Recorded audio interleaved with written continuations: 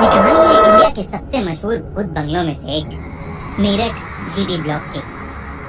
संजय सिंह, जो मेरठ से 200 किलोमीटर दूर बसे एक छोटे से गांव का रहने वाला था, अपनी मां को लेकर मेरठ के जीबी ब्लॉक के बाहर एक स्टाफ क्वार्टर में रहने आया था। उसका जीबी ब्लॉक के चौकीदार की तरह पहला दिन ही था जब उसके साथ ये घटना घटी। संजय नौकरी मिलने के बाद बहुत खुश था, पर उसे ये नहीं मालूम था कि जिस जगह की वो चौकीदारी करने वाला था वो इंडिया की सबसे भूतिया जगहों में से एक कही जाती है।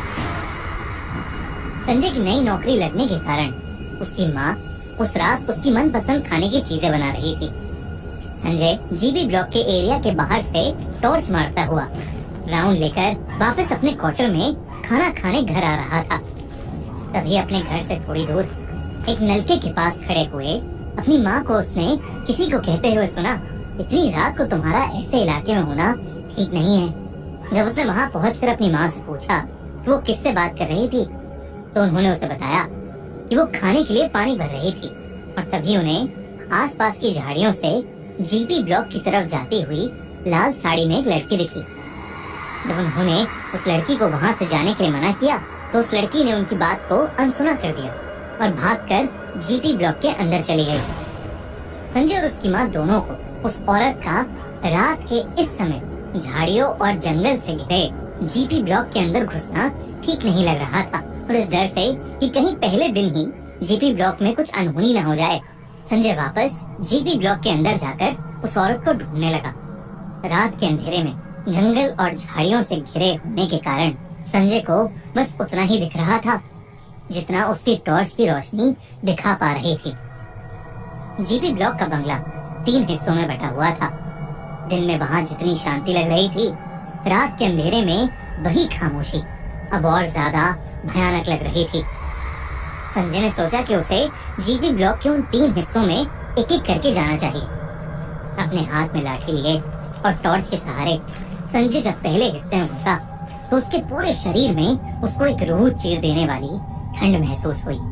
ये बहुत अजीब था क्योंकि तब गर्मियों का मौसम चल रहा था और बिल्डिंग के अंदर इतनी तेज ठंड का होना बिल्कुल भी नॉर्मल नहीं था। फिर भी संजय ने हर जगह टॉर्च मार कर देखा पर उसे कोई लड़की दिखाई नहीं दी, पर उसे वहाँ ढेर सारे बालों के गुच्छे मिले। उसे समझ नहीं आ रहा था कि वो बालों के गुच्छे वहाँ कहाँ से आए। तभी उस बिल्डिंग के अंदर एक कोने से 2 लाल आंखें उसे घूरती दिखी, लेकिन जब वो उसके पास गया तो वो अंधेरे में कहीं गायब हो गई। संजय ने पूरी बिल्डिंग छान मारी लेकिन उसे कुछ भी नहीं मिला, पर उसे हर वक्त वहाँ पर किसी की मौजूदगी महसूस हो रही थी। संजय उस लड़की को ढूंढता हुआ अब जीपी ब्लॉक के अगले हिस्से में घुस गया।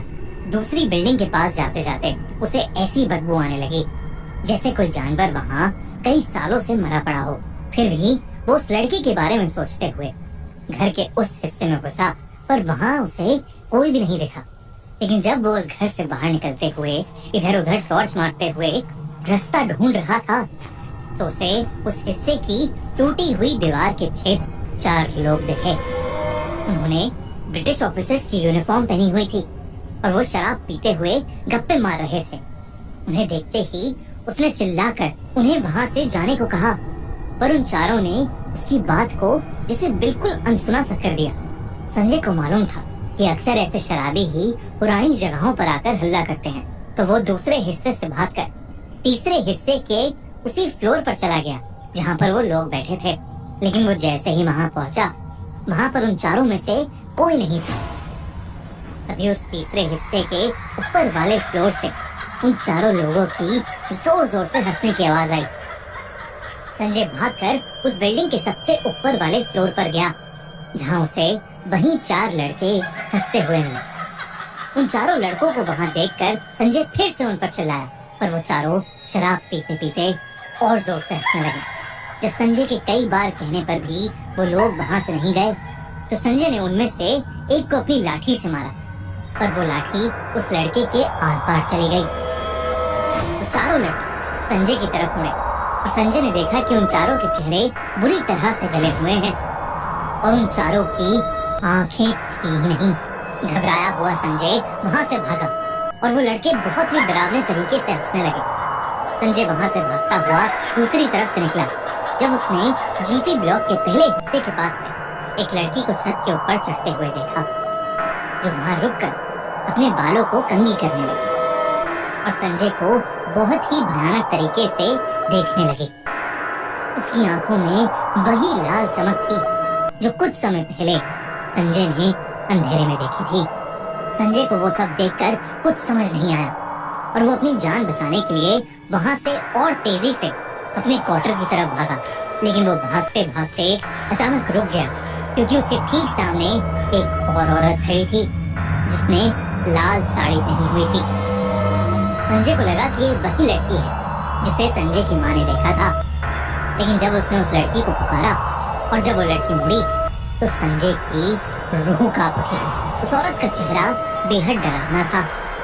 ऐसा लग रहा था कि जैसे वो कोई चुड़ैल हो।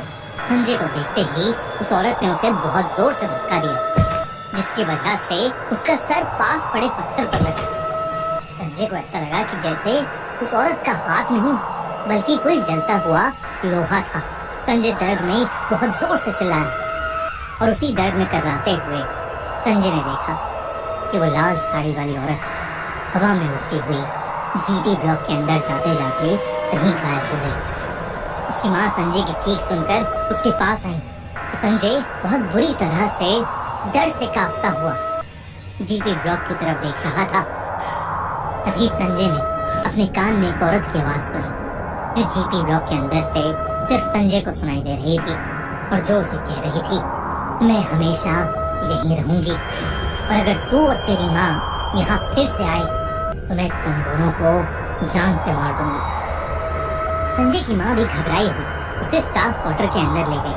तब उसकी माँ ने देखा कि संजय की छाती पर किसी इंसान के हाथ के निशान थे। उस दिन के बाद संजय ने वो नौकरी हमेशा के लिए छोड़ दी।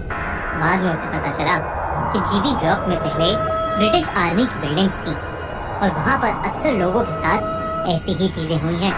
कई लोगों को वहाँ ब्रिटिश आर्मी के टाइम के ऑफिसर्स देखे हैं और कई लोगों को वो लाल साड़ी वाली औरत। संजय समझ गया था कि उस दिन वो मेरठ के भूत बंगले से बाल बाल बचा।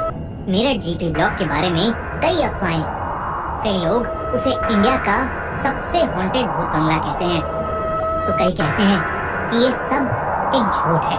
हमें कमेंट्स में